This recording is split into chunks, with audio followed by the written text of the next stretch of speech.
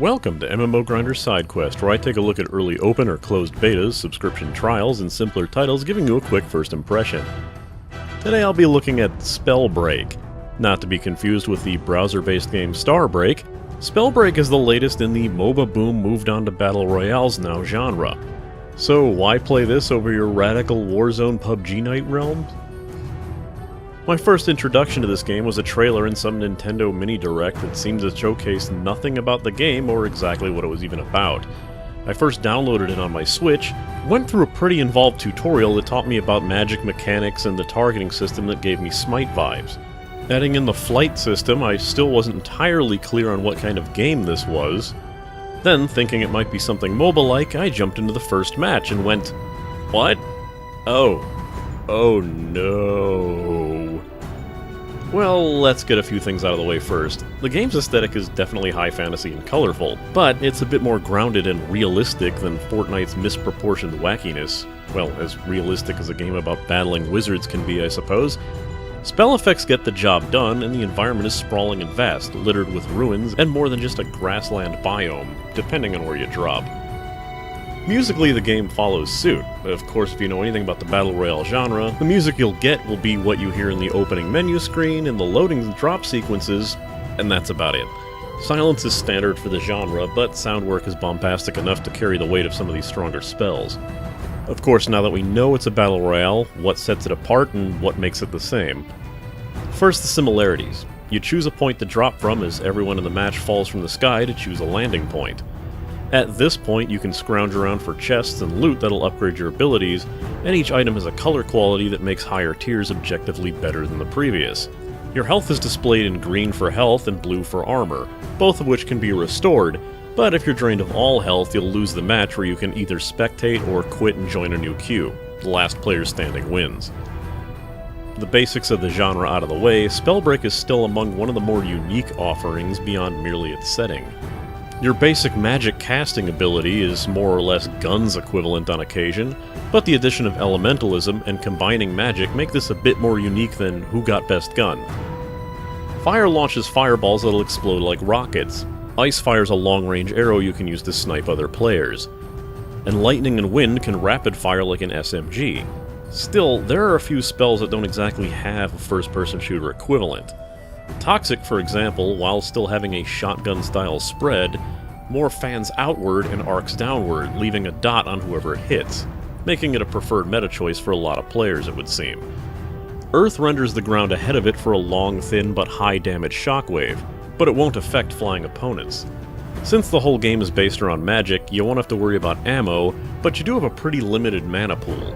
It recharges fast enough, but you won't be able to just spam spells without thinking too hard about it. Considering your flight hover also uses this mana bar, you'll have to make good use of your resources in a fight. Each spell also has an action MMO or MOBA-style aimed ability that's secondary to your standard shot, but with a cooldown. This can be a flame wall for the Pyromancer, a whirling tornado that'll draw on enemies for the wind spell, a lobbed cloud of toxic gas for the poison class, and so on. What really makes these secondary spells interesting is that they do contain some sort of interactivity with other elements. If you toss out a poison gas cloud, then you, or someone else, could cast a fireball into that cloud and it'll ignite and explode to damage everyone within it. You can also have the fireball tossed into a wind tornado and turn it into a fire tornado, or zap that tornado with lightning to create a thundering whirlwind. It renders a lot of strategies to fights that are more interesting than just who shoot gun faster, or how confusing can I make my scaffolding, which is common to the more popular battle royales. This interactivity is clearly by design, as while you choose a starting class before each match, you can locate and swap out a secondary spell type while in a match.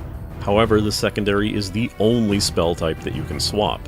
You are stuck with your chosen class until the match ends.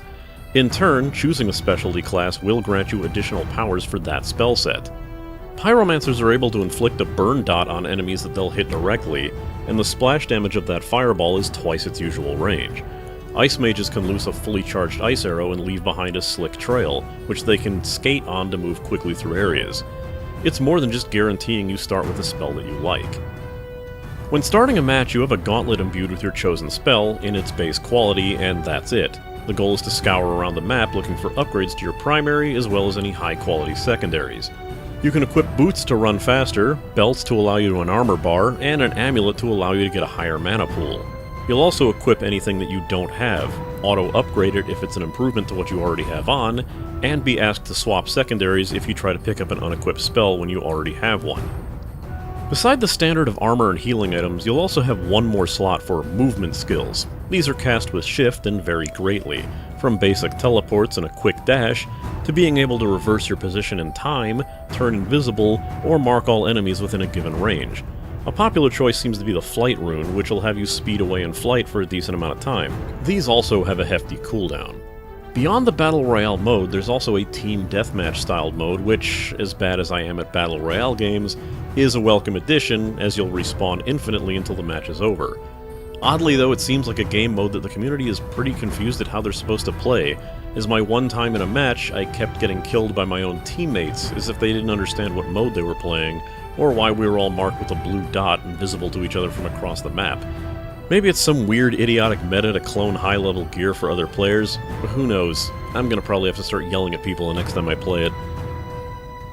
Speaking of the community, I want to mention something about how this game works when starting out.